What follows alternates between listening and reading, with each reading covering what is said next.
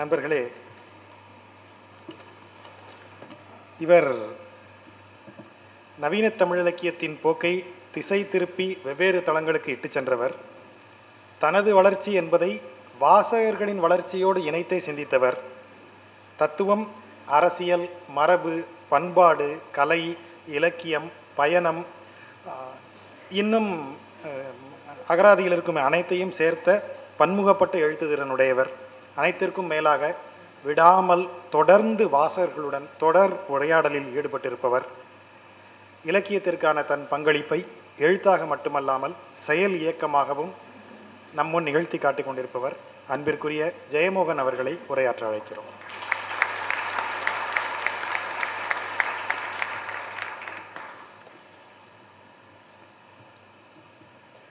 அரங்கிலும் அவையிலும் அமர்ந்திருக்கும் அனைவருக்கும் என்னுடைய மனமார்ந்த வணக்கங்களை தெரிவித்துக் கொள்கிறேன். ஒவ்வொரு ஆண்டும் இந்த விஷ்ணுபுரம் விருது விழா உரை என்பது திரும்ப திரும்ப சென்ற 15 ஆண்டுகளாக ஒருங்கிணைந்து ஒரு இலக்கிய இயக்கமாக செயல்பட்டு வரும் என்னுடைய நண்பர்கள் அனைவருக்கும் என்னுடைய வாழ்த்துக்களையும் நன்றியையும் தெரிவிப்பதற்கான ஒரு தருணமாக நான் பயன்படுத்திக் கொள்வதுண்டு. இம்முறையும் ஏறத்தாழ 15 ஆண்டுகள் அரங்கசாமி ஒரு வாசகராக என்னை வந்து சந்தித்ததில் தொடங்கியது இந்த இலக்கிய இயக்கம். உண்மையில் இந்த பெயர்தான் அப்போது சூட்டப்பட்டது என்றாலும் இதனுடைய விதை நித்திய சைதன்ய எதியில் இருக்கிறது. 92 நான் அவரை பார்க்க போகிறேன். அதற்கு முன்னரே பல முறை தமிழில் ஓர் இலக்கிய இயக்கத்தை, ஒரு அமைப்பை தொடங்க வேண்டும் என்ற கனவு அவருக்கு இருந்தது. பிரம்மராஜன், சிற்பி உட்பட பலரிடம் அவர் அதை பற்றி பேசியிருக்க, அவரை வரவழைத்திருக்கிறார்.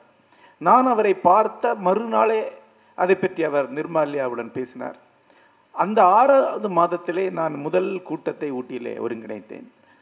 அது இங்கு திரண்டிருக்கக்கூடிய இத்தனை நண்பர்களாக மாறியிருக்கிறது. இத்தருணத்திலே எனது ஆசிரியரை பணிந்து வணங்குகிறேன். அவருடைய கனவு மெய்ப்பட எனக்கு உதவி புரிந்த நண்பர் அரங்கசாமி. அதன் பிறகு இன்று வரை இந்த இயக்கம் இவ்வளவு வெற்றிகரமாக நிகழ்ந்து கொண்டிருப்பதற்கு உதவும் பல்வேறு நண்பர்கள். இன்றைக்கு ஒரு ஆண்டில் கிட்டத்தட்ட 30 நிகழ்ச்சிகள் வரைக்கும் நடத்தி கொண்டிருக்கிறோம். உலகம் முழுக்க இலக்கிய நிகழ்ச்சிகள் நடத்தி கொண்டிருக்கிறோம். ஒவ்வொரு ஆண்டும் அமெரிக்காவிலே ஒரு இலக்கிய முகாமை நடத்துகிறோம். அமெரிக்காவில் வெவ்வேறு நகரங்களிலே இலக்கிய நிகழ்வுகளை நடத்தி கொண்டிருக்கிறோம். தமிழகத்திலே சென்னையிலே குமரகுருபரன் விருது, ஈரோட்டிலே தமிழ் விக்கி தூரன் விருது ஆகியவற்றை வழங்குகிறோம். தமிழ் விக்கி என்கிற ஒரு இணைய கலைக்களஞ்சிய முயற்சியை முன்னெடுத்து கொண்டிருக்கிறோம். அவ்வாறு பல விஷயங்கள், பயிற்சி பட்டறைகள், தத்துவ பட்டறைகள், ஓவியம், கலை, இவை அனைத்துமே ஒருங்கு திரண்டு ஒவ்வொரு ஆண்டும் நாங்கள் எங்களையே பாராட்டிக்கொள்ளக்கூடிய ஒரு தருணமாக இந்த விஷ்ணுபுரம் விருது விழா இருக்கிறது. இந்த விழாவை ஒவ்வொரு ஆண்டும் தன் தோள்களில் ஏந்தி நிகழ்த்தி தருபவர் நண்பர் செந்தில்குமார், கிறிஸ் செந்தில்குமார் அவர்கள். உண்மையிலேயே இந்த விருது விழாவுடைய ஒரு விஷயத்திலும் எனக்கு எந்த பங்கும் கிடையாது. என்ன நடக்கிறது என்பதை நான் கேட்டு தெரிந்து கொள்வது இல்லை, அதை அவர்கள் விரும்புவதும் இல்லை. தேவையில்லாமல் கேள்வி கேட்கக்கூடாது என்பது இந்த நிபந்தனைகளில் ஒன்று. ஆக நான் எதையுமே கேட்கறதில்லை. இந்த உணவு ஏற்பாடுகள், அலங்காரம் ஆகியவற்றை சிறப்புற செய்து தருபவர் நண்பர் விஜய் சூரியன் அவர்கள்.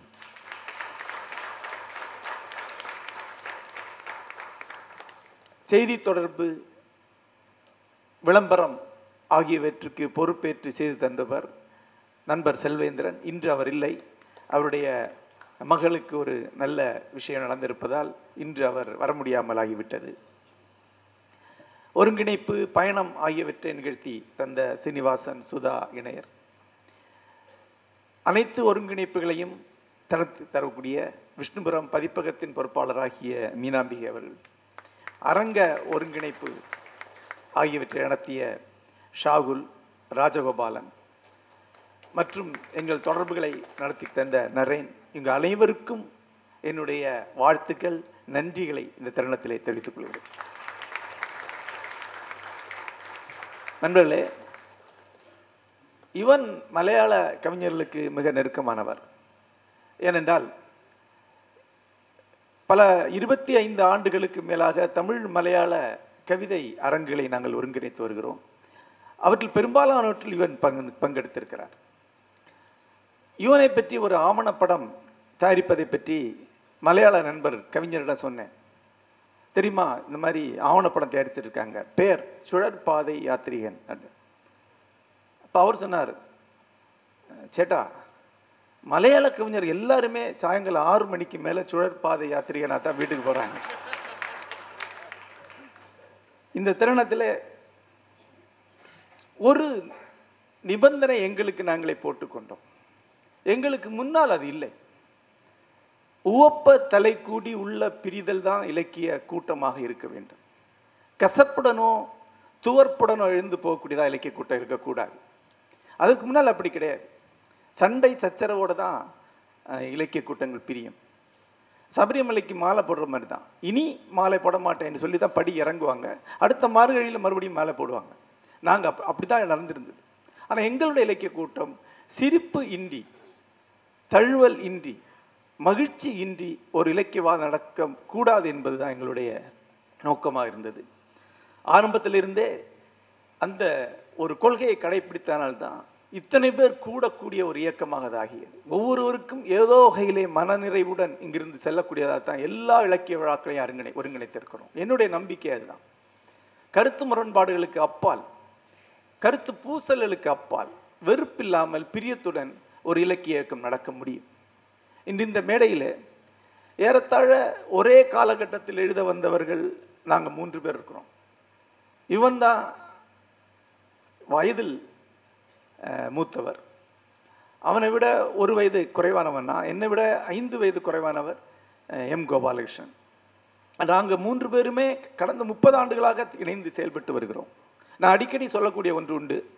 தமிழ் பண்பாட்டு மரபிலேயே ஒரு சிற்றிதழ் நடத்தி சண்டை போடாமல் இருக்கக்கூடிய 2 பேர் தான் இருக்கிறாங்க, எம் கோபாலகிருஷ்ணன் நானும். நாங்கள் இணைந்து சொல்வது நடத்தியிருக்கிறோம். இன்னைக்கு வரைக்கும் சண்டை போட்ட கிடையாது. பலர் கேட்குறாங்க, சும்மா சம்பிரதாயத்துக்காக ஒரு சண்டை போடலாமே அப்படி கேட்டிருக்காங்க. அது சண்டை வரல, அவ்வளோதான். இப்படி தான் இந்த இலக்கிய இயக்கத்தை முன்னெடுத்திருக்கிறோம். இது ஒரு முன்மாதிரியாக அமைய வேண்டும் என்று நான் நினைக்கிறேன். நண்பர்களே, இவனுடைய இலக்கிய எழுத்து முறையை பற்றி தொடர்ந்து நிறைய எழுதியிருக்கிறேன். கிட்டத்தட்ட தனி புத்தகமாக போடும் அளவுக்கு கட்டுரைகள் எழுதியிருக்கிறேன் நினைக்கிறேன். 20 ஆண்டுகளுக்கு மேலாக அவனுடைய எல்லா புத்தகத்தை பற்றியும் ஒரு கட்டுரை எழுதியிருப்பேன். அவனுடைய எழுத்து முறையை பற்றி எழுதியிருப்பேன். நான் ஒரு விமர்சகனாகினால் தமிழ் ஒரு முக்கியமான எழுத்தாளனாகிய இவனை பற்றி ஒரு விமர்சகனுடைய பார்வையில் மிக விரிவாக எழுதியிருக்கிறேன். ஆகவே இவ்வளவு ஆண்டுகளுக்கு பிறகு திரும்பவும் என்னுடைய உரையிலே இவனுடைய படைப்புகளை பற்றி பேசும்போது பலர் அந்த கட்டுரைகளை படித்திருப்பார்கள். ஆகவே ஒரு ரெப்பிடேஷன் இல்லாமல் திருப்பி பேச என்பது ஒரு சவால் தான். ஒரு அனுபவத்திலிருந்து இந்த படைப்பை பற்றி சில விஷயங்களை சொல்லலான்னு நினைக்கிறேன். நான் வேறு இடத்துல கூட இந்த அனுபவத்தை சொல்லியிருப்பேன். என்னுடைய சின்ன வயசில் எனக்கு பயங்கர அதிர்ச்சி கொடுத்த ஒரு விஷயம், ஆனால் அவ்வளோ முக்கியமான விஷயம் கிடையாது. நான் உடுப்பியில் கர்நாடக பஸ்ஸில் நின்றுட்டுருக்கேன். கேரளாவில் எல்லாம் ஒரே வாசல் தான் இருக்கும். பின் வாசல் வழியாக தான் ஏறணும், பின் வாசல் வழியாக தான் இறங்கணும். அதே மாதிரி தான் இருக்கும் கர்நாடக பஸ் அந்த காலத்தில். அப்போ நான் பஸ்ஸில் ஏறுறேன். எனக்கு முன்னாடி ஒரு பெண் பின்னால் திரும்பி நின்றுருக்காங்க. பின்னால் திரும்பின அந்த கோணத்தில் பயங்கரம் பேரழகியாக இருக்கிறாங்க. அப்போ எனக்கு கல்யாணம் ஆகலை, சாரி. அப்போது நான் பயங்கர எக்ஸைட் ஆகி அந்த பெண்ணுடைய முகத்தை பயங்கரமாக கற்பனை பண்ணுறேன். எப்படி இருந்தாலும் இப்படி தானே வருவா பாத்திரம் அப்படின்னு. திடீர்னு ஒரு இடத்துல பிசில் அடிக்கிற வண்டி நிறுத்திட்டு முன்னால் ஒரு வாசலில் இருந்து அந்த பொண்ணு இறங்கி போயிடுச்சு. ஒரு அதிர்ச்சி என்னவென்றால், நான் அப்போ தான் யோசிக்கிறேன், இனி ஒரு வேளை என் மொத்த வாழ்நாளில் இந்த பொண்ணை மறுபடியும் பார்க்க வாய்ப்பே கிடையாது. ஒரு முறை கூட இந்த பொண்ணை திருப்பி சந்திக்க வாய்ப்பு. இந்த மர்மம் என்றைக்குமாக அங்கே தான் இருக்கும். எவ்வளோ அதிர்ச்சியான ஒரு விஷயம். சாதாரணமான விஷயம்தான், ஆனால் எவ்வளோ அதிர்ச்சியான விஷயம். முதல் முறையாக அன்றாட பிலாசபி, அன்றாட தத்துவம் ஒன்றை தருணாது. ஒவ்வொரு நாளும் நம்முடைய வாழ்க்கையில் இருக்கக்கூடிய மர்மம் இது. பஸ்ஸில் உட்காந்துருக்க நம்ம பக்கத்தில் ஒருத்தர் உட்காந்துருக்கிறார். ஒருவேளை மிஞ்சின வாழ்நாள் எப்பவுமே அவர் உங்கள் பக்கத்தில் உட்கார வாய்ப்பு இருக்கலாம், இல்லாமல் இருக்கலாம். அல்லது நாளைக்கே அவர் அங்கே உட்கார்றதுக்கும் வாய்ப்பு இருக்கலாம்.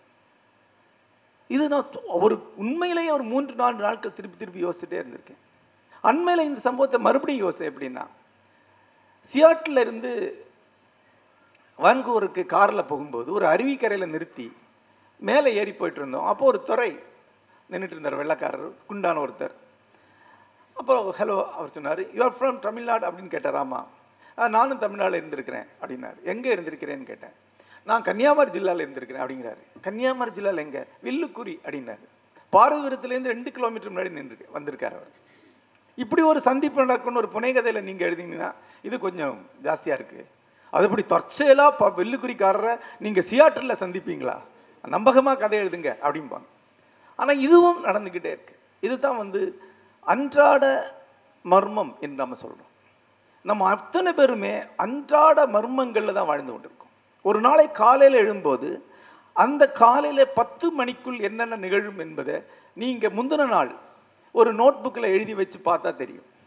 ஒவ்வொரு நாளும் இந்த மகத்தான அன்றாட மர்மத்தில் தான் திளைச்சிக்கிட்டே இருக்கும். இதை அன்றாட அற்புதமாக மாற்றக்கூடிய ஒரு எழுத்து முறை என்று ஈவன் சன்ஸ்டேயோட எழுத்து முறையை சொல்லலாம். இந்த அன்றாட மாயத்தை, அன்றாட மர்மத்தை ஏதோ வகையில் ஒரு அன்றாட விந்தையாக மாற்ற முயற்சியான். இந்த அன்றாட விந்தையாக மாற்றுவதற்கு அவன் 2 விஷயத்தை பண்ணுறான். ஒன்று, அதிலிருந்து ஹிஸ்டரியை எடுத்து விலக்கி வைக்கிறான். ஏன்னா இந்த அன்றாட மர்மத்தை விளக்கி ஒரு கதையை மாற்றுறது தான் வரலாறு பண்ணிகிட்டே இருக்கு. நீங்கள் இன்றைக்கு வரைக்குமான கதையை இதே மாதிரி மாயமாக நிகழ்ந்தது தான், எல்லாமே தற்செயல் தான். ஆனால் திருப்பி பார்த்து அதை ஒழுங்காக எழுதி வச்சுட்டோம்னா ஹிஸ்டரி ஆகிடுது, சரியாயிடுது. அதே மாதிரி அதுக்கு ஒரு லாஜிக்கல் எக்ஸ்பிளனேஷன் கொடுத்துன்னா அது ஃபிலாசபி ஆகிடுது. இது 2ம் தான் அந்த மாயத்தை நாம் விளங்கிக் கொள்ள முறையாக இருக்கு. அந்த அன்றாட மாயத்தை, அன்றாட மர்மத்தை நாம் ஒரு லாஜிக்கல் எக்ஸ்பிளனேஷன் கொடுக்கறது வரலாறு வழியாகவும் தத்துவம் வழியாகவும் தான். இது 2லேயும் நான் கையை வைக்க மாட்டேன், வச்சா எனக்கு இந்த மர்மம் போயிடும், இந்த மாயம் போயிடும் என்று நினைக்கக்கூடிய ஒரு எழுத்தாளராக இருக்கு. இது 2ஐயும் விலக்கி வச்சா என்ன எஞ்சுமோ அதை வச்சு ஒரு கதையை உருவாக்க முயற்சி பண்ணுறோம். அப்போ அடுத்த கேள்வி இருக்குது, இது 2 இல்லாத போது இந்த கதைகள் என்னவா இருந்தது? இது 2மே கல்ச்சருடைய பகுதிகள், philosophy and history. Philosophy history இல்லாத ஒரு காலகட்டத்தில் வெறும் மாய மந்திரங்கள் வழியாக தான் அதுக்கு ஒரு விளக்கம் கொடுத்துட்டு இருந்தாங்க. மெட்டபிசிக்கலாக இல்லை, வெறும் மாயங்கள். அதனால தான் உலகத்தில் எல்லா பழங்குடிகளும் மாய உலகில் தான் வாழ்ந்துட்டு இருக்காங்க. யதார்த்த உலகத்தில் எந்த பழங்குடியும் வாழ்வதே கிடையாது. எந்த பழங்குடிகிட்ட கேட்டாலும் 10 நிமிஷத்துக்குள்ள அவங்க ஒரு மாய கதை தான் சொல்ல ஆரம்பிக்கிறாங்க. நான் பழங்குடிகள் சரி இந்த ஒரு இடத்துல தான் இப்போ அதிகமாக வாழ்ந்துட்டு இருக்கேன், ஒரு சின்ன கேள்விக்கு கூட ஒரு ஃபேண்டசி தான் பதிலாக வரும். ஆனால் அந்த தான் அவங்களுடைய அன்றாடமாக இருக்கக்கூடிய இந்த புதிர்களை எல்லாம் விளக்கக்கூடிய ஒன்றாக இருக்கு. ஆக இந்த மாயத்தை திருப்பி நவீன இலக்கியத்தில் எழுத முடியுமா என்ற ஒரு முயற்சியை ஈவன் சந்திரசேகர் செய்கிறான்னு சொல்கிறோம்.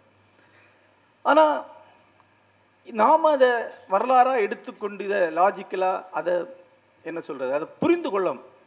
அந்த புரிந்து கொள்ளல் வழியாக நாம் ஒரு சமாதானத்தை அடைகிறோம். ஆனால் உண்மையில் வரலாறு அப்படி இல்லை. நான் யோசித்து பார்த்தேன், இந்த தருணத்தில் யோசித்து பார்க்கும்போது இந்தியாவில் நமக்கு சரியாக எழுதி அளிக்கப்பட்ட வரலாற்றிலே பார்த்தீங்கன்னா மிகப்பெரிய இடைவெளிகள் தான் தொடர்ந்து இருந்திருக்கு. வரலாறு பற்றி ஒன்றுமே தெரியாது. வரலாறுன்னு ஒன்று நமக்கு தெரிஞ்சது சின்ன டீஸ்பூன் தான், எஞ்சினது தான் வெளியே. இதை வச்சுட்டு இதுதான் ஹிஸ்ட்ரி நம்ப வச்சு இதை நம்ம ஏற்கும்படி செஞ்சுருக்காங்க. உதாரணமாக இப்போ எம்என் ராய் கேள்விப்பட்டிருப்பீங்க. மானவேந்திரநாத் ராய் இந்திய கம்யூனிஸ்ட் கட்சியை தாஷ்கண்டில் தொடங்கியவர், ரேடிக்கல் ஹியூமனிஸ்டிக் கட்சியை தொடங்கின ஒரு மாபெரும் சிந்தனையாளர். 1954 அவருடைய வீட்டில் அவர் மர்மமான முறையில் இறந்து கிடந்தார். அதற்கு ஒரு வாரம் முன்னாடி தான் அவர் அமெரிக்காவுக்கு அழைக்கப்பட்டிருந்தார். அமெரிக்காவில் ஸ்டாலினை பற்றி ஒரு சொற்பொழிவு ஆற்றுவதாக இருந்தார், சொற்பொழிவு தொடர் ஆற்றுவதாக இருந்தார். அவர் ஸ்டாலினுக்கு ரொம்ப நெருக்கமான நண்பர், லெனினுக்கு ரொம்ப நெருக்கமான நண்பர். 54 அவர் மறைந்தார். அது ஹார்ட் அட்டாக்காக இருக்கலாம் என்று அன்றைக்கு முடித்து வைக்கப்பட்டது. 6 ஆண்டுகளுக்கு பிறகு அதே வீட்டில் அவருடைய மனைவி ஒரு இனம் புரியாத நபரால் கொல்லப்பட்டார், எலன். இந்த கொலைகளுக்கு இன்றைக்கு வரைக்கும் காரணம் கிடையாது. ஒரு காரணம் வரலாற்றில் சொல்லப்படுகிறது, இப்படி இருக்கலாம், அவ்வளோதான். யாரோ ஒருத்தனை அரெஸ்ட் பண்ணி அவன் மேலே கேஸை போட்டு கோர்ட்டில் போய் அது நிரூபிக்கப்படாமல் அவன் விடுதலை செய்யப்பட்டான். அவ்வளோதான், முடிஞ்சிருச்சு. இதே மாதிரி தான் பாரதிய ஜனசங்கத்தை நிறுவிய தீன்தயாள் உபாத்யாயோட கொலை இன்றைக்கு வரைக்கும் அவிழ்க்கப்படவே இல்லை. நண்பர்களே, இந்திய வரலாற்றில் 1947க்கு பிறகு இதுவரைக்கும் மர்மங்கள் அவிழாத கொலைகளை மட்டுமே எடுத்து ராமச்சந்திர குஹா ஒரு சமகால வரலாற்று நூல் எழுதினா காந்திக்கு பிறகு இந்தியாவை விட பெரிய நூலாக இருக்கும். அது ஒரு வரலாறு தான். அப்போ இந்த வரலாறை ஒருத்தர் எழுத முடியும். இந்த வரலாற்றில் தான் வரலாற்று ஆசிரியனை விட அதிகமாக புனைய எழுத்தாளனுக்கு ஆர்வம் இருக்கு. இதுதான் நம்ம எழுத ட்ரை பண்ணுறோம்.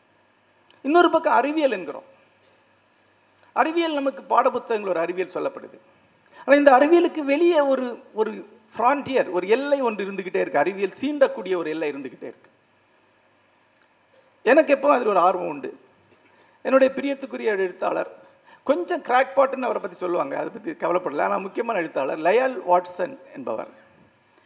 அவருடைய எல்லை அறிவியல் பற்றி ஒரு புத்தகத்தில் ஒரு சம்பவம் வருது. குளவி எப்படி முட்டை போடும்னா, அது லார்வா புழு வேற உயிரினங்களுடைய புழுவை எடுத்துட்டு வரும். அந்த புழுவை எடுத்துட்டு வந்து தன்னுடைய கூட்டில் வச்சு அதை சுற்றி அந்த கூடை கட்டும். நாம் பல பேர் நினைக்கிறோம் அந்த குளவியிட புழுன்னு, இல்லை, அது வேற புழு. அந்த புழு தான் பெரிய புழு. அந்த புழு எடுத்துட்டு வந்து கட்டு, அந்த புழுடைய வடிவத்திலே அந்த கூண்டை கட்டும். அந்த புழுவுடைய மைய நரம்பு மண்டலத்தில் ஒரு சின்ன சொட்டு விஷத்தை குத்தி வைக்கும், இன்ஜெக்ட் பண்ணும். இந்த விஷம் அந்த புழுவை கொல்லாது, ஆனால் வாழ்நாள் முழுக்க பேரலைஸ் ஆக்கிடும், அதாவது நரம்பு தளர்ச்சி உருவாக்கிடும். இந்த புழுவுடைய உடம்புல தான் முட்டை போட்டு வைக்கும். இந்த முட்டைகள் பொறிச்சு வெளியே வந்து அந்த புழுவை சாப்பிடும். சாப்பிட்டு குளவியா மாதிரி உடச்சி வெளியே போயிடும். இப்போது லயல் வாட்சன் கேட்குறாரு, இந்த இன்ஜெக்ஷனை போடுறது மிக சரியான அளவில் இருக்கணும். கொஞ்சம் ஜாஸ்தியாச்சுன்னா புழு செத்து போயிடும், புழு அழுகிடும். கம்மியாக இருந்துச்சுன்னா புழு நெளியும், அதை சாப்பிட முடியாது. அப்போ அந்த மிக சரியான அளவு முதல் முறை போடும்போதே கரெக்டாக இருந்தால் தான் இந்த சிஸ்டம் சாத்தியம். பல முறை போட்டு ப்ராக்டிஸ் பண்ணி இந்த ப்ரிசைஸ்னஸுக்கு வந்து சேர முடியாது. அப்போ எவல்யூஷன் தியரியே தவறு. எவல்யூஷனில் சில விதிவிலக்குகள் இருக்குது. ட்ரையல் அண்ட் எரர் வழியாக எவல்யூஷன் வரல. ஃபர்ஸ்ட் டைம் சரியாகவே முதல் முறையாகவே பர்ஃபெக்டாக போடப்பட்ட சில விஷயங்கள் இருந்தால் தான் இந்த எவல்யூஷன் சாத்தியம். இது அவருடைய ஒரு தியரி. இப்படி வரல. நம்ம சொல்லக்கூடிய அறிவியலில் இவ்வளவு இடைவெளிகள் இருக்கு. இந்த இடைவெளிகளை கற்பனையால் நிரப்பக்கூடிய ஒன்றாகத்தான் இன்றைக்குள்ள நவீன அறிவியல் புனைவு இருக்கு. அது அறிவியலுக்கு ஒரு படி முன்னால சுதந்திரமா ஓடிட்டு இருக்கு. அறிவியல் அதனுடைய மொத்த தர்க்கத்தோட அது பின்னால வந்துட்டு இருக்கு. இந்த வகையான எழுத்து முறைகள் உலகம் முழுக்க இன்றைக்கு உருவாகி கொண்டிருக்கு. அந்த வகையான ஒரு எழுத்து முறை தமிழில் உருவாகி வந்ததுக்கு ஒரு காரணமாக அமைந்தவர் யுவன் சந்திரசேகர். நான் எழுத வந்தபோது என்னுடைய அகவையை சேர்ந்தவர்களுக்கு தெரியும், தமிழில் 2 வகையான எழுத்து முறை இருந்தது. ஒன்று வணிக எழுத்து முறை, கமர்ஷியலான எழுத்து முறை, பொழுதுபோக்கு எழுத்து முறை. அதற்கு மாற்றாக சிற்றிதழ் சார்ந்த ஒரு இலக்கிய முறை. இந்த வணிக எழுத்து முறையில் வாசகனுக்கு எது பிடிக்குமோ அதை எழுதினாங்க. வாசகன் ரசிக்கும்படியாக எழுதினாங்க. அவனோட பல்ஸ் பார்த்து அதை மாற்றிக்கிட்டே இருப்பாங்க. இப்போ சீரியல் எல்லாம் பண்ணுற மாதிரி. இன்னொரு பக்கம் வாசகனை பற்றி எதுவுமே தெரியாமல், அப்படி ஒருத்தர் இருக்கிறானா இல்லையான்னு தெரியாமல் தங்களுக்கு எது தோணுதோ அவங்க எழுதிட்டு இருந்தாங்க. இந்த 2 வகையான எழுத்து முறையில் அதுக்கான குறைபாடுகள் உண்டு. வணிக எழுத்துடைய குறைபாடு உங்களுக்கு தெரியும். அதில் நேர்மை அல்லது உண்மை தன்மை என்பது மிக குறைவு. அது வெறும் கேளிக்கையாக எழுதப்படுகிறது. ஆனால் தீவிர இலக்கியம் நாம் நம்பக்கூடியதில் எந்த அளவுக்கு உண்மை இருக்கோ அந்த அளவுக்கு பலவிதமான சிக்கல் இருக்குது. அதில் ஒன்று, கிட்டத்தட்ட சுவாரஸ்யமாக இருந்தால் அது எழுத்து இல்லை என்று சொல்லக்கூடிய ஒரு மனச்சிக்கல் 80களில் இருந்தது. வறண்டு தான் இருக்கணும், ரியாலிட்டி அப்படி தான் இருக்கணும், டெலிஃபோன் டைரக்டரி படிக்கிற அளவுக்கு தான் ஒரு டெக்ஸ்ட் படித்தா இருக்கணும். நான் சுந்தரராமசாமியை சந்திக்கு போய் கேட்டிருக்கேன், ஏன் தீவிர இலக்கியத்தில் ஒரு பேய் கதை எழுதப்படலை? சுந்தரராமசாமிக்கு அந்த சிந்தனை வரல. அது எப்படி பேய் கதை எழுத முடியும்? ஏன் எழுத முடியும்? எடித் வார்டன்கிற ஒரு மாபெரும் படைப்பாளி பேய் கதை எழுத முடியும்னா, வைக்கம் முகமது பஷீர் எழுத முடியும்னா, ஏன் நாம எழுத முடியாது? எவ்வளோ பெரிய மாஸ்டர்ஸ்லாம் எழுதியிருக்காங்க பேய் கதை. பேய் என்பது ஒரு உளவியல் உண்மை. அல்லது ஒரு குறியீட்டு உண்மை அல்லது வரலாற்றில் இருக்கக்கூடிய ஒரு கலெக்டிவ் ட்ரூத் தான் பேயா வெளிப்படுது. எவ்வளவோ தளங்கள் இருக்கு பேய்க்கு. வைக்கம் முகமது பஷீர் வந்து நீல வெளிச்சம் என்கிற புகழ்பெற்ற நாவல் எழுதினார், சிறுகதை எழுதினார். அதுதான் பார்கவி நிலையங்கிற பேரில் திரைப்படமாக வந்தது, பேய்க்கதை. அன்றைக்கு இருந்த புகழ்பெற்ற கிரிட்டிக் அவர்கிட்ட கேட்குறார், இந்த பேய் நீங்கள் பார்த்துருக்கீங்களா? பின்ன ரொம்ப நல்லா தெரியுமே, பர்சனலாக தெரிஞ்ச பேய் தான் அப்படிங்கிறார். எனக்கு காட்ட முடியுமா அப்படின்னு. இது கிரிட்டிக்கலுக்கு தென்படாது, இலக்கியவாதிக்கு தான் தென்படும் அப்படின்னா. இலக்கியவாதிகளுக்கு தென்படக்கூடிய பல பேய்கள் இருக்கு, அதை ஏன் எழுதக்கூடாது? ஏன் நவீன இலக்கியத்தில் நல்ல காதல் கதைகள் எழுதக்கூடாது? காதலுடைய மொமெண்ட்ஸ் வந்து தொடர்ந்து இருந்துகிட்டே இருக்கு. சாலமோன்றது காதல் பாடல்கள் தான் என்றால் இன்றைக்குள்ள கவிஞனும் காதல் கவிதை எழுதலாம், காதல் நாவல்கள் எழுதலாமே, ஏன் எழுதக்கூடாது? இது எதுவுமே இல்லாத ஒரு ரியலிசம் மட்டுமே எழுதப்படக்கூடிய ஒன்றா சிறு தமிழ் சிற்ற சூழலில் சார்ந்த இலக்கியம் இருந்தது. ரெண்டு வகை தான் அதில். ஒன்று அப்ஜெக்டிவ் ரியலிசம் சொல்லக்கூடிய அல்லது நேச்சுரலிசம் சொல்லக்கூடிய உள்ளது உள்ளபடி சித்தரிக்கக்கூடிய ஒரு நாவல், ஒரு எழுத்து முறை. வெளி உலகத்தில் என்ன நடக்குதோ அதை அப்படியே எழுதுவாங்க. அது மாதிரி வறண்டு இருக்கும். ஓஹோ இப்படி நடக்குதா என்று தெரிந்து கொள்ள அளவில் இருக்கும். அதுக்கு ஒரு சுவாரஸ்யம் இருக்குது. என்னென்னா, வெளியே போய் நீங்கள் பாலகுமாரிலையோ சுஜாதாவிலோ பார்க்க முடியாத ஒரு ரியாலிட்டி இதில் இருக்குது. ஆனால் அவ்வளோதான் இருக்கும். அதுக்கு மேலே ஒரு எக்ஸைட்மெண்ட் உருவாகாது, கற்பனை முன்னால் போகாது, எதையுமே நம்ம கண்டடைய முடியாது, தெரிந்து கொள்ளத்தான் முடியும். இன்னொரு பக்கம் அந்தரங்க டைரி குறிப்பு மாதிரியான எழுத்து, ஒரு விதமான அந்த கால எழுத்துக்களில் கதாநாயகனுக்கு பேரே இருக்காது, இவன் அப்படின்னு இருக்கும் அல்லது அவன் அப்படின்னு இருக்கும். இவனுக்கு காலையிலே சோர்வாக இருந்ததுன்னு கதை ஆரம்பிக்கும். முதல் வரியிலே அப்படிதான் இருக்கு, கதை சோர்வாக இருந்தது அப்படி. இது மாதிரியான டைரி குறிப்பு கதைகள், இதுக்கெல்லாம் ஒரு இருத்தலியல் கலர் இருக்கு, ஒரு இருத்தலியல் சிக்கல் எழுதக்கூடிய கதைகள்.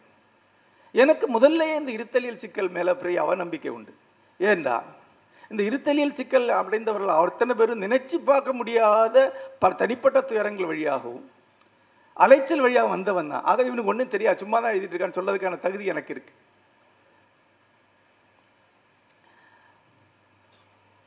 அந்த ஒரு சோர்வு நிலை, அந்த வெளிர்ன தன்மைக்கு மாற்றாக அன்னைக்கு ஒரு எழுத்து முறை கிரியேட் ஆகி வந்தது. ஒன்று ஃபேண்டசி, மிக கற்பனைகள், அந்தரத்தில் பறக்கக்கூடிய கதைகள். ஒரு கட்டத்தில் ஒரு பழைய யதார்த்த கதை எழுத்தாளர் ஒருத்தர் சொன்னார், அப்போ ஒரு மனுஷன் நடந்து போனாலே அது இனிமேல் கதையை எழுத முடியாதா சார், பறந்து போகட்டும் கொஞ்ச நாளைக்கு அப்புறம் நடக்கலாம் அப்படிங்கிற மாதிரி ஒரு எழுத்து முறை கொண்டு வந்தோம். இன்னொன்று நான் லீனியராக கதை சொல்கிறது, கதையை முன்னுக்கு பின்னா உடைச்சு போட்டு சொல்கிறது, கதையை விளையாட்டாக மாற்றி சொல்வது. இந்த உலகத்திலிருந்து தான் யுவன் சந்திரசேகருடைய கதைகள் வளர தொடங்குகின்றன. அவருடைய பல ஆரம்ப கால கதைகள் நீங்கள் பார்த்தீங்கன்னா கடற்பயணத்தை பற்றின கதைகள் இருக்கு, மீகாமரே என்ற ஒரு கதை இருக்கு. பல கதைகள் வந்து தமிழில் சாதாரணமாக ஒரு யதார்த்த கதை சொல்ல வராத கதைகள். தமிழில் எங்கே மாலுமி கதைகள் இருக்கு? கிடையாது. பேய் கதைகள், என்னென்னமோ கதைகள் எழுதி பார்க்குறார். அது எல்லாத்தையும் தொகுத்து தொகுத்து எழுதக்கூடிய ஒரு கதை வடிவத்தை உருவாக்குறார். அந்த வடிவத்தில் தான் அவருடைய தொடர் கதைகள் வருது. எப்போ நீங்கள் வரலாற்றை ரத்து செய்கிறீங்களோ, எப்போ அறிவியலை ரத்து செய்கிறீங்களோ, எப்போ தர்க்கத்தை ரத்து செய்கிறீங்களோ, அப்போ கதைகள் எல்லாமே துண்டு துண்டாயிடுது, ஈவெண்ட்கள் ஆயிடுது. இதெல்லாம் இணைத்து ஒரு விளையாட்டை முன்வைக்கிறார். இந்த அவருடைய எழுத்து முறையாக மாறி வந்திருக்கு. இதில் பல வகையான எழுத்து முறைகள் அவருடைய கதைகளில் வந்திருக்கு. இந்த ஒருத்தன் குறுக்கெழுத்து விளையாடுறான், பல்வேறு சொற்களை இணைச்சு இணைச்சு இணைச்சு ஒரு குறுக்கெழுத்து விளையாடுறான்னா அதில் ஒன்று அவனுடைய லாஜிக் ஒர்க் ஆகிட்டே இருக்கு, இன்னொன்று அதை மீறி அவனுடைய ஒரு தற்செயலையும் வச்சு விளையாடிட்டே இருக்கான். ஒரு தற்செயல் ஒன்று இருக்கு. இப்படி சொல்லலாம். மணிரத்ன ஒரு ஈவெண்ட் என்று சொன்னார். இது இருவர் படத்துடைய படப்பிடிப்பு நடக்குது. செட்டுக்குள்ள ஒரு தொழிலாளருடைய ஊர்வலம் போகுது. மோகன்லால் எம்ஜிஆருடைய வேஷத்தில் சிவப்பு கொடி வச்சு கையை அடித்து பாடிட்டு அந்த கிராஸ் பண்ணி அந்த பக்கம் போகணும் பாட்டில். அப்போ அங்கே இருக்கக்கூடிய ஒவ்வொருத்தட்டையும் சொல்லியிருக்காங்க, இந்த லைன் வழியாக தான் மோகன்லால் போவார். கேமரா இங்கே செட் பண்ணப்பட்டிருக்கு. அவங்க ஒவ்வொருத்தரும் சொல்லப்பட்டு இந்த வழியாக மோகன்லால் போவார், ஒருத்தர் தழுவி இன்னொருத்தர் இது பண்ணி ஒரு தோழனை இப்படிலாம் கையை காட்டி போவார் அப்படின்னு. அப்புறம் மோகன்லால் கேமராமேன்கிட்ட பேசுகிறார், ஃப்ரேம் பற்றி தெரிஞ்சுக்கிறார். டேக் சொன்ன உடனே ஒரு 2 அடி இந்த பக்கம் உள்ளே போய் அதை பண்ணி அந்த பக்கம் போயிட்டார். ஷாட் ரொம்ப பிரமாதமாக வந்துருச்சு. ஏன்னா ஒருத்தர் உண்மையிலே அவனுக்கு தெரியாது இவர் மோகன்லால் இருந்து வருவார் அப்படின்னு. தடுக்கி விடுறான், ஒருத்தர் திகைக்கிறான், அதில் கரெக்டாக அவர் பண்ணி வெளியே போயிட்டார். Take okay. அப்புறம் கேட்குறாரு, நீங்கள் 2 அடி முன்னாடி வந்துட்டீங்க. அவன் வேணும் தான் வந்தேன், நடிப்பில் தெய்வத்துக்கு ஒரு ரோல் இருக்கட்டுமே, கடவுளுக்கு ஒரு சின்ன ரோல் கொடுப்போம். ஏன்னா ஒருத்தர் உண்மையில தடுக்கி விழுவான்ல, அதை டீல் பண்ண முடியும்ல. அப்போ அந்த கடவுளுக்கு ஒரு ரோல் கொடுக்கக்கூடிய ஒரு எழுத்து முறை என்று இதை சொல்லலாம். இந்த எழுத்து முறை தான் வெவ்வேறு வகையில் அதுக்கு பின்னால் வந்து வெவ்வேறு ஆட்கள் எழுதியிருக்கிறாங்க. இப்போ நான் ஒரு பேய்க்கதை, தமிழிலே அதிகமான பேய்க்கதை எழுதுகிற எழுத்தாளர்கள் புதுமைப்பித்தனும் நானும் தான் அப்படின்னு நான் சொல்லுவேன். இன்னும் கூட ஒரு 10 பேய்க்கதை எழுத வாய்ப்பு இருக்கு. ஏன் எழுதக்கூடாது? நவீன இலக்கியத்தில் பேய்க்கதை வராதுன்னு ஒருத்தர் சொன்னால் மறு நிமிஷத்தில் பேய்க்கதை தான் எழுதணும் இல்லையா? ஆகவே காதல் கதைகள், பேய்க்கதைகள், என்ன வேணால் துப்பறியும் கதைகள், என்ன வேணாலும் எல்லாமே இலக்கியமாகும். எங்கே அது வாழ்க்கையை உள்ளபடி சொல்வதனால அல்ல, வாழ்க்கையோட ஏதோ ஒரு உண்மையை வாசகன் சென்று தொடுவதற்கான ஒரு வழி அமைத்து கொடுத்தா அது இலக்கியம்தான். வாசகன் தன் வாழ்க்கையை பற்றி, தன்னை சூழ்ந்துள்ள வாழ்க்கையை பற்றி, இதுவரைக்கும் நிகழ்ந்த மானுட வாழ்க்கையை பற்றி ஏதாவது ஒரு அடிப்படை சிந்தனை சென்று தொடுவதற்கான ஒரு பாதை அமைத்து கொடுக்கக்கூடிய எல்லாமே இலக்கியத்துடைய வடிவங்கள் தான். அந்த வடிவங்களை எழுதக்கூடிய ஒரு எழுத்து முறையுடைய ஒரு முகம் என்று யுவன் சங்கர் சேகர் அவர்களை சொல்லலாம். இன்றைக்கு அவருடைய நாவல்களை பற்றியெல்லாம் நிறைய பேசினாங்க. ஒரு வரலாற்றை எடுத்துக்கிட்டு அதை வரலாறு இல்லாமல் ஆக்கி எழுதக்கூடிய, வெறும் ஃபிக்ஷனாக மாற்றக்கூடிய ஒரு எழுத்து முறை என்றால் அது பகடை ஆட்டங்க நாவலை சொல்லலாம். அது எங்கே நடக்குது? சோமிட்சுனா என்ன, கிட்டத்தட்ட பஞ்சல்லாமா கடத்தப்பட்ட ஒரு ஈவெண்ட்டை மாற்றி எழுதியிருக்கிறார். அதே போல் ஆன்மீகம் என்று சொல்லப்படக்கூடிய, இங்கே சொல்லக்கூடிய எல்லா கதைகளையும் தொகுத்து அதுக்கு ஒரு பிளே, ஒரு அடியில் ஒரு சரடை உருவாக்கி இணைக்கக்கூடியதான் குள்ளச்சித்தம் சரித்திரன்னு சொல்லலாம். கானல் நதி அதே போல் மனித வாழ்க்கையில் வெவ்வேறு இடங்களில் விளையாடக்கூடிய ஊழுடைய ஒரு விளையாட்டை கற்பனையால் உருவாக்கி பார்க்கக்கூடிய ஒன்று. அவர் நாவலில் அது தனியாக நிற்கக்கூடிய ஒன்று, ஒரு முக்கியமான படைப்பு. ஒரு தாளவாத்திய கலைஞனுக்கும் ஒரு பாடல் கலைஞனுக்குமான உறவு பிரிவு பற்றியது. அவங்க வெற்றிகரமான இணையாக இருக்கிறாங்க, அவங்க பிரிகிறாங்க காதல்னால. அந்த நாவலே ஒரு யதார்த்த சார்ந்து எழுதப்படலை, ஒரு ஹிந்தி சினிமாக்களுடைய இன்ஃப்ளூயன்ஸ் கூட எழுதப்பட்டது மாதிரி தான் இருக்கும் அது. ஆனால் அது முக்கியமான ஒரு விஷயம் சொல்லுது, அந்த பிரிவுக்கு பிறகு இசைக்கலைஞனுடைய வாழ்க்கையில் இருக்கக்கூடிய தாளம் இல்லாமல் ஆயிடுது, தாளவாத்திய கலைஞன் வாழ்க்கையில் இருக்கக்கூடிய மெலடி இல்லாமல் ஆயிடுது. இவன் இன்டிசிப்ளின் உள்ளவனாக தறிகட்டு போவனா மாறுறான், அவன் உறுதியாகி இறுகி செயலற்றவனாக மாறுகிறான். அந்த விஷன் அந்த கதை வழியாக உருவாகி வருது. இந்த வகையான ஒரு எழுத்து முறை வழியாக நாம் வாசித்து கொண்டிருக்க எல்லா வாசிப்புக்கும் மேலதிகமாக ஒன்றை கொடுத்த முடிந்ததால்தான் யுவன் சந்திரசேகரை தமிழின் முக்கியமான புனைகதை எழுத்தாளர் ஒருவராக நாங்கள் நினைக்கிறோம். அதனால்தான் இந்த மேடையிலே அவரை கௌரவிக்கிறோம், அவருக்கு இந்த விருதை நாங்கள் வழங்குகிறோம்.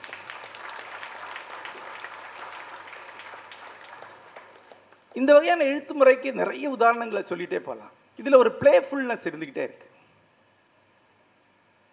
இந்த எழுத்து முறை இவர் எழுத வந்த காலகட்டத்தில் பலவர் இங்கே சொன்னாங்க, ஆரம்ப கட்டத்தில் அதுக்கு சரியான வாசகர்கள் அமையாக இருந்தாங்க அப்படின்னு. தொடர்ந்து அதை பற்றி நான் எழுதிட்டே இருந்தாலும் கூட பல அந்த கால நவீனத்துவ மரபு கொண்டவர்களால் அது ஏற்கப்படவில்லை என்பது உண்மைதான். அவங்கள பல பேர் என்கிட்ட சொல்லியிருக்காங்க, இந்த கதை சீரியஸாக இல்லை, அரட்டை மாதிரி இருக்குது, ஒரு அரட்டைத்தன்மை இருக்குது, அரட்டை அடிக்கிற மாதிரி இருக்குது. ஆனால் அது ஒரு எழுத்து முறை, ஏன் இருக்கக்கூடாது? மலையாளத்தில் பாக்கனார் அப்படின்னு ஒரு முக்கியமான சித்தர் மாதிரியான ஒருத்தர் இருந்தார். அவர் கூடை முடையக்கூடிய ஜாதியை சேர்ந்தவர், விசிறி செய்யக்கூடியவர், அலங்கார விசிறி செய்கிறார். அப்போ பாலக்காடு ராஜா அவரை கூப்பிட்டு கேட்குறாரு, நான் உனக்கு 100 பணம் பரிசு தந்தால் நீ என்ன பண்ணுவேன்? அவர் சொல்கிறார், 100 பணம் வந்தால் நான் 4 ஹை குவாலிட்டி விசிறி செய்வேன். அப்புறம் அதை என்ன பண்ணுவேன்? ஒரு விசிறி ராஜாவுக்குள்ள அதை தந்துடுவேன், இன்னொரு விசிறி சிற்றூர் தேவிக்கு உள்ளது, பகவதிக்கு அவர் கொடுத்துருவேன், 3வது என் பொண்டாட்டிக்கு வேணும், அது அவள் விற்று காசு பண்ணுவான், அவற்றை சாம்பார் விடுவா, 4வது சும்மா தூக்கி தூர போடுறதுக்கு செய்வேன் அப்படின்னு. ராஜா கேட்குறாரு, அதே இதுக்கு தூக்கி தூர போடணும் அப்படின்னு, அதானே எல்லாரும் பண்ணுறாங்க அப்படிங்கிறாரு. யோசிச்சு பாருங்க, உங்க வாழ்க்கையில் நீங்க சம்பாதிக்கிறதுல 1/4 பெரும்பாலும் தூக்கி சும்மா சூட போடுறதுக்கு தான். அதை தூக்கி சும்மா போடக்கூடிய ஒரு எலிமெண்ட் எல்லாத்துலேயும் இருக்குது. ஒரு விளையாட்டுத்தனம், ஒரு அசட்டுத்தனம், ஒரு ஒரு வேஸ்ட், அது ஏதோ ஒன்று இருக்குது. எல்லாருக்கும் இருக்கக்கூடிய பர்சனல் மேட்னஸ் ஒன்று இருக்குது. அந்த மேட்னஸ் இல்லைன்னா நம்ம 1.5 லட்சம் ரூபா கொடுத்து ஆப்பிள் செல்ஃபோன் வாங்குவோமா என்ன? இல்லையா? எல்லாருக்கும் ஏதோ ஒரு மேட்னஸ் இருக்கும். ஒரு கடையில் போகிறோம், 1000 ரூபாய்க்கு மேலே துணி கேளு கொண்டா அப்படின்னு கேட்குறதுலே ஒரு பைத்தியார்த்தனை இருக்குது. அதை பார்க்க நான் சொல்கிறேன், எல்லாரும் தானே அதை பண்ணுறாங்க. 4 ஒன்று தூக்கி துறை தானே போடுறாங்க. அந்த ஒரு மேட்னஸை உள்ள வைக்கக்கூடிய ஒரு எழுத்துமுறை என்று இதை சொல்லலாம். நண்பர்களே, இவனுடைய ஒரு புகழ்பெற்ற கவிதை இருக்குது. அதில் ஒரு யானைக்குட்டியை, ரெஸ்கியூடு யானைக்குட்டியை டிவியில் பார்க்குறார் கவிஞர். யானைக்குட்டிக்கு தாம் மாட்டிக்கிட்டது விஷயம் தெரியாது, இப்போ ரெஸ்கியூடுங்க மீட்கப்பட்டதும் தெரியாது. அதை எல்லாருமா சேர்ந்து கூட்டிகிட்டு வராங்க வனத்துறை அலுவலர்கள் எல்லாம். கூட்டு வரும்போது அதுக்கு இவ்வளோ பேர் தங்களை கேர் பண்ணுறது மேலே பயங்கர ஹாப்பி ஆகிடுச்சு. அது மண்டே ஆட்டிகிட்டு வருது. அது எல்லாம் கூட்டிட்டு வராங்க. அது எல்லாம் கேமராலாம் வேடிக்கை பார்க்குது. கவிதை இப்படி முடியுது. ஒரு கணத்தில் அந்த யானைக்குட்டியாக மாறி அங்கே நின்று மண்டையை ஆட்டினேன் நான் என்ற அந்த கவிதை முடியும். ஒரு யானை குட்டியாக மாறி அந்த மண்டையை ஆற்றக்கூடிய அந்த மொமெண்ட் தான் இந்த மொத்த எழுத்துக்களுடைய சாரம் நான் சொல்லுவேன். யுவன் சந்திரசேகர் அவர்களுக்கு என்னுடைய வாழ்த்துக்கள். வணக்கம்.